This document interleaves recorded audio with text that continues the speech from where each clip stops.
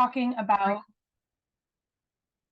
um, 4 reasons to do the work in your relationship in order to have a more profound connection with your partner.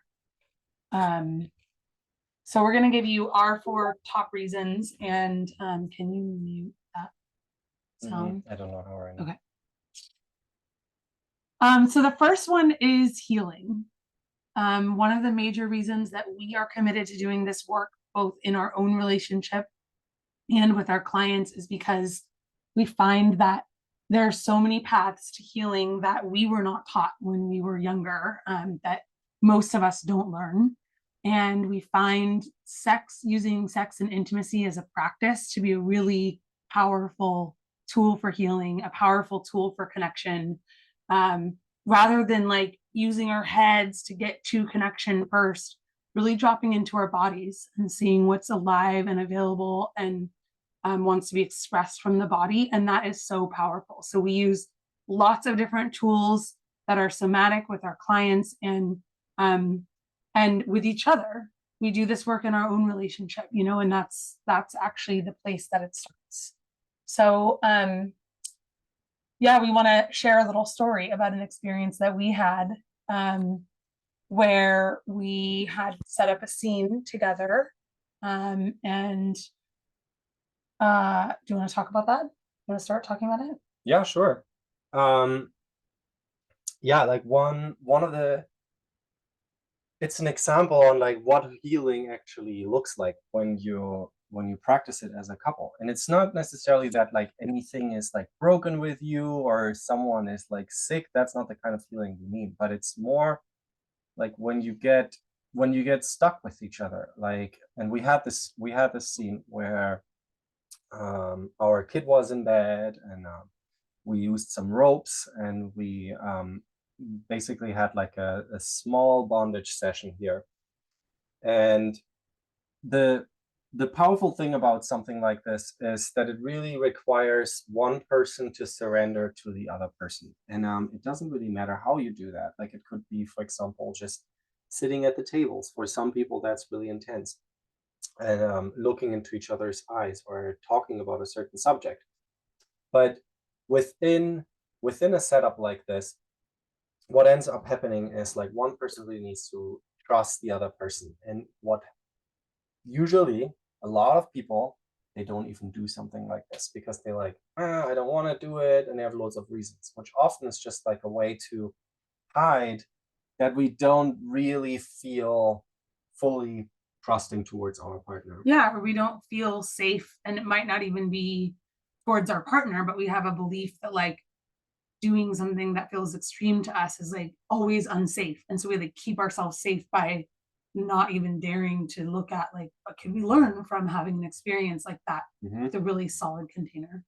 But if you do get into something like if you do dare to open something like this with your partner, it becomes a really amazing opportunity because you are inevitably being faced with the feelings that have to rise to the surface. And this is what we love so much about this work, because you can really see, if you work with these feelings, like how the catharsis really starts to happen in front of you, how you're starting to create intimacy and connection that will last for the next days. Right?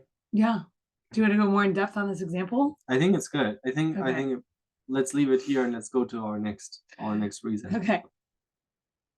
The next reason is that we believe, and we have found, that relationship is a sacred passage.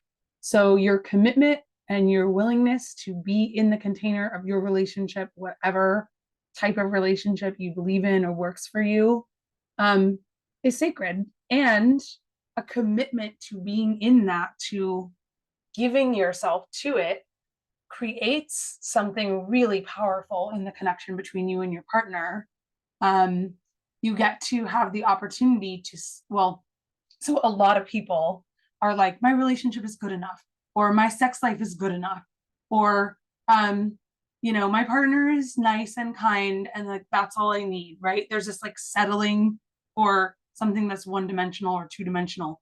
And our experience is that we don't have to settle for something that's just okay or just like meets the bare minimum. We actually crave that depth. And I believe everybody's craving it. Yep. And to different degrees are, you know, do we have awareness of that? But when we access that kind of depth in relationship, there is an amazing reward, right? There's a reward from within yourself when we feel that depth with our partner and we have that level of connection. It changes our whole lives.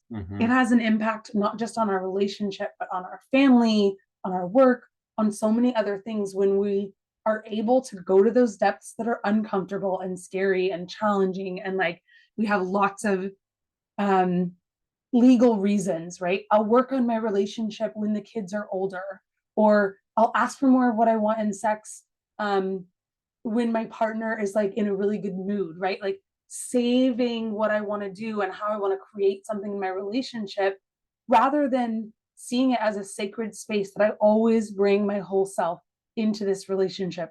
I always bring everything I have to offer, everything I'm creating, everything I want but might be scared to say, and we're going to get to that in a minute, into the relationship, right? And treating it as something sacred that when we have an access to what that word means for us in another context, we're like, wow, the way that I show up for something that's really sacred and really important and really something I want to hold reverence around is really different than something that I'm like, oh, it's fine, it's good enough, I don't need to try.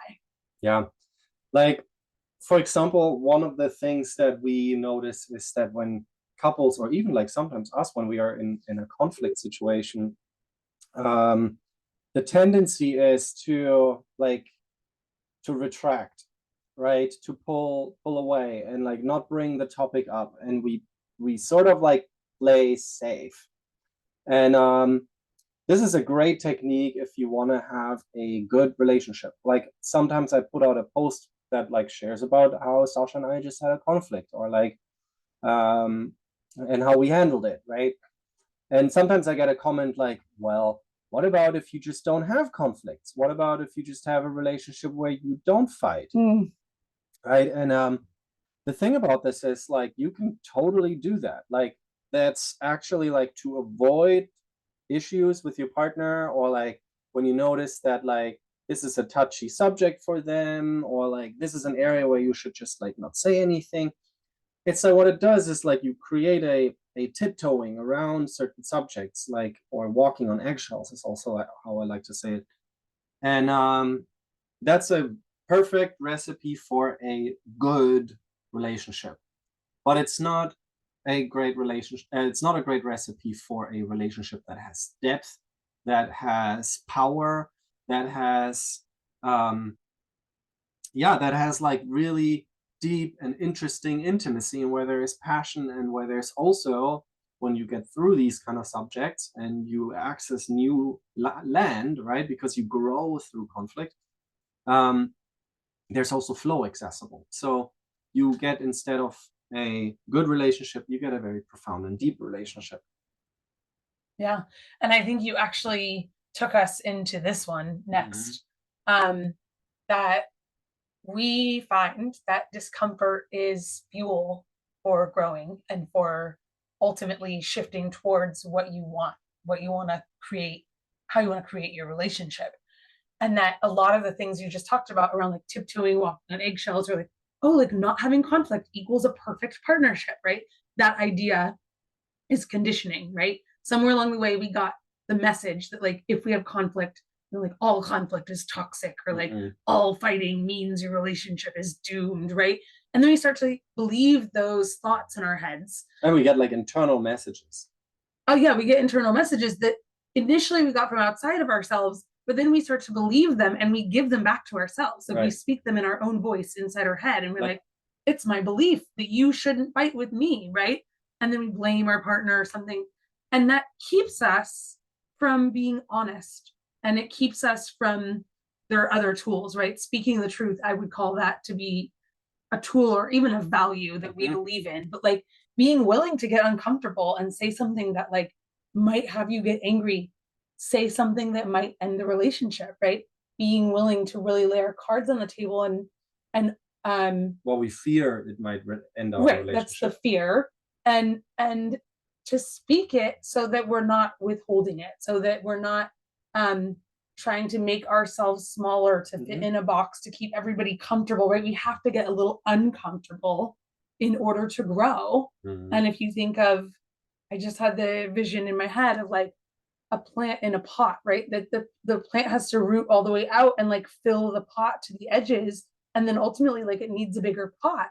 And we want our relationship to continue to have a bigger root system Right. and to need bigger pots. We don't want a relationship that just stays in a really tiny pot and like doesn't grow and doesn't like create more branches and leaves and flowers, right? We want something that grows, and that process of growth as a human being is inherently uncomfortable. And we Yeah. have a lot of programming to keep ourselves really comfortable and not get uncomfortable, not speak the truth, um not even learn a new tool, right? Like we might have a reason why, well, I don't want to like work on my relationship this year because things are already really challenging and I want to like keep things really low to the ground, and we kind of like withhold our real experience.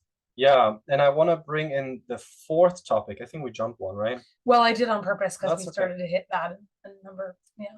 I want to bring in the fourth topic, which is like having a vision as a couple and like creation as a couple, right? And we also like to call it like living your calling together. And when we speak of truth and when we also speak of creation together, I'm not necessarily just talking about like building a villa and like having these big financial or economic goals of a lot of wealth, because there's a lot of couples out there that do that. Okay, there's like pretty much anyone in our society is kind of like trying to get after something like this, which is going back to like you have a good relationship. But what we talk about when we mean vision is something that like you create and it feels good to you. It's not just big and wealthy, but it's actually like it's a reflection of who you really are. So the question is like, are you the white picket fence house? Okay, or is that an idea that has been planted in your mind that that's what you should have? But then we sometimes wake up and we're like, why do I not feel at home? Why do I not feel like me? Why do I not feel like I belong? Okay, and why do I not feel like I love what I'm doing? Right, like I feel like I'm dreading going to work, I'm dreading like pretty much anything, right? My family. And what we talking about, like right now, we, for example, um, we are building a home, but for us, it's more like what feels right here? What is the magic of our hearts want to create? And you cannot do this if you are not willing to be uncomfortable in speaking your Mhm. truth. Because sometimes what it means is like we have an idea, we walk in this direction, and we've already like done a lot of investing ourselves into it. Again, not just financially, but you kind of like, yeah, we said we would do this in Mhm. this particular way. Yeah. And speaking the truth sometimes means like, hey, babe, I changed my mind. Like, I don't feel this anymore. Like, Mhm. I want this to go different. And here, this is my new idea. Mhm. And to be able to work as a couple in this fluent way can be embarrassing, Mm. um, can be really vulnerable, and it can make you feel really naked with each other. And most that's what we say when we like there needs to be more depth. Okay, you get to feel each other, and most people shy away from that. And this is what our work really is about: is to create that depth, to create that truth in your intimacy and in what you create in your life and in your family. Yeah, and if you're interested in going deeper into this, we right now are running a free workshop that you can join on our website, kirkmanhoodcoaching.com. Yeah. Yeah, good. And we'll be back next Tuesday for Next another live. Tuesday. Hope to see you again. Bye bye.